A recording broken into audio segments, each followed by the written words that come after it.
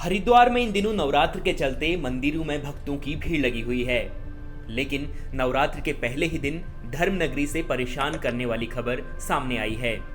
खबर है कि यहां कुट्टू का आटा खाने से करीब 72 लोग फूड पॉइजनिंग का शिकार हो गए हैं।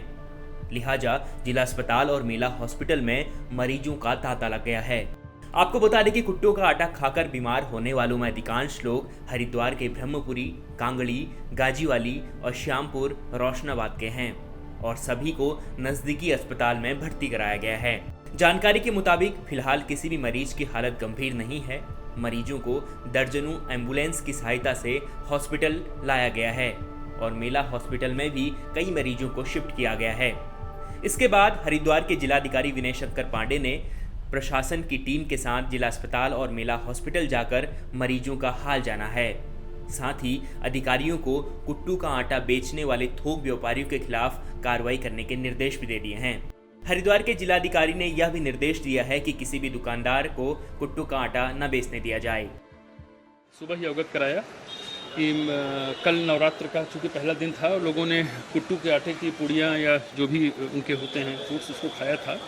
उसके बाद अर्ली मॉर्निंग से लोगों को दिक्कतें होनी शुरू हुई, तो तत्काल उनको यहाँ पर हॉस्पिटल में शिफ्ट करना हम लोगों ने प्रारंभ किया और अभी तक डिस्ट्रिक्ट हॉस्पिटल में 37 लोग एडमिट हैं और हमारे मेला जो हॉस्पिटल है उसमें 35 लोग हैं। कुल मिलाकर भी 72 पेशेंट्स यहाँ पर एडमिट हैं। कोई भी क्रिटिकल नहीं है और सभी का स्वास्थ्य का परीक्षण लगातार किया जा रहा है। डॉक्टर्स की टीम और हमारी जो पैरामेडिकल स्टाफ है लगातार उनकी चेकिंग कर रही है। कोई सीरियस नहीं है, ये नॉर्मल फूड पॉइजनिंग है और हमें उम्मीद है कि जल्दी में हॉस्पिटल से छुट्टी मिल जाएगी। इस पूरी घटना को हमने काफ़ी गंभीरता से लिया है और जो सोर्स डिटेक्शन का काम हमने फूड सेफ्टी ऑफिसर को दिया था, तो उन्होंने 2 स्थानों को बताया है कि यहाँ से बल्क में जो कुट्टू का आटा होता है वो डिस्ट्रीब्यूटर हैं, उन्होंने सभी दुकानों को भेजा था और उनके विरुद्ध जो है सख्त कार्रवाई की जाएगी। उसकी सैम्पलिंग भी होगी और मैं ये आश्वस्त कर रहा हूँ कि अगर ये चीज़ें प्रूव हो जाती हैं, सैम्पलिंग में आ जाती हैं, तो इस बार हम लोगों का ये बिल्कुल दृढ़ मत है कि ये घटनाएं हर साल देखने को मिलती हैं, तो उनके विरुद्ध राष्ट्रीय सुरक्षा कानून के तहत भी कार्रवाई की जा सकती है। और ये ब्रह्मपुरी के इलाके से ज़्यादा पेशेंट्स आए हैं और मेन तो ये है कि जो भी शॉपकीपर्स हमारे होते हैं वो कहीं से जो थोक का विक्रेता होता है वहाँ से माल लेकर आते हैं, तो हमने कहा कि आप सीधे थोक विक्रेता को पकड़ो पहले, जहाँ से उसने पूरे सिटी में इसका डिस्ट्रीब्यूशन किया है। इसके अलावा अभी हमने सभी अपने एसडीएम्स को भी जो हमारे तहसीलों में उनको भी इन्फॉर्म कर दिया है कि वो भी ज़रा से इस चीज़ को वॉच कर लें। ऐसा तो नहीं है कि वहाँ पर भी इस तरह के केसेस आ रहे हों, क्योंकि जो डिस्ट्रिक्ट मुख्यालय यहाँ तुरंत पता लगता है, उनको भी हमने एक्टिवेट किया है। साथ ही साथ ये अब हम आज मंडे को मैं इसका रिटर्न में ऑर्डर कर रहा हूँ कि ये चूँकि हर वर्ष की स्थिति हो गई है कि अब जब भी नवरात्र या इस तरह के कोई धार्मिक पर्व होते हैं जिसमें कुट्टू के आटे का या और भी चीज़ों का इस्तेमाल होता है, तो विक्रय के पहले ही फूड सेफ्टी डिपार्टमेंट उनकी सैंपलिंग कर ले, पहले ही चेक कर ले कि क्या वो सामान उनका खाने योग्य है कि नहीं है, बजाय इसके कि हम बाद में जाकर सैंपलिंग करते हैं। तो इसकी भी व्यवस्था हम करेंगे ताकि भविष्य में ऐसी घटनाओं की पुनरावृत्ति न हो। क्या रोशनाबाद में भी इस तरह की घटना हुई है? कुछ पता है? मेट्रो में भी कुछ लोग नहीं, मेट्रो को हम लोगों ने स्टैंड बाई में रखा है, अभी हमको इसकी जानकारी नहीं मिली है।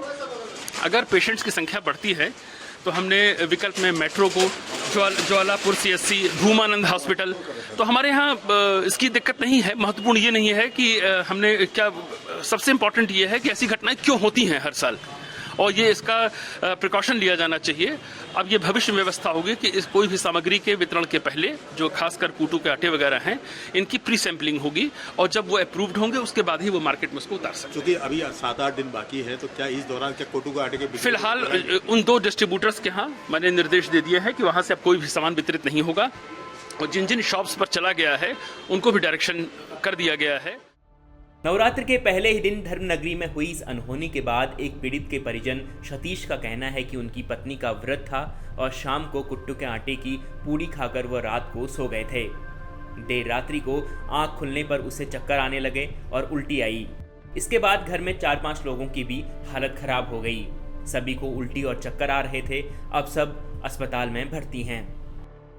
सर ऐसा है, कल फास्ट था मेरी घरवाली का, शाम के टाइम पे कुट्टू के आटे की पुड़ी बनाई थी। पुड़ी खा के वो सो गए थे आराम से, हम सभी लोग सो गए थे। उसके बाद जब 2 बजे उनकी आंख हुई तो एकदम चक्कर जैसा फील हुआ, उल्टी आने लगी, उसके बाद हॉस्पिटल में एडमिट करा हमने। उसमें मेरी सिस्टर भी है और भतीजी भी है, भांजी भी है, 4-5 लोग हैं पूरे घर के हमारे, सब एडमिट है हॉस्पिटल में।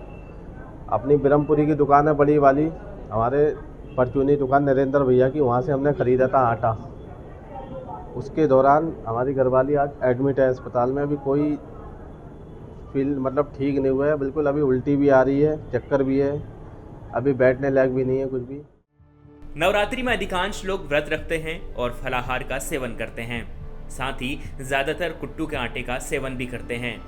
ऐसे में मिलावटखोर और भी सक्रिय हो जाते हैं और इसी का नतीजा है कि हरिद्वार में इतनी बड़ी संख्या में लोग बीमार हुए हैं। हरिद्वार से मुदित अग्रवाल की रिपोर्ट।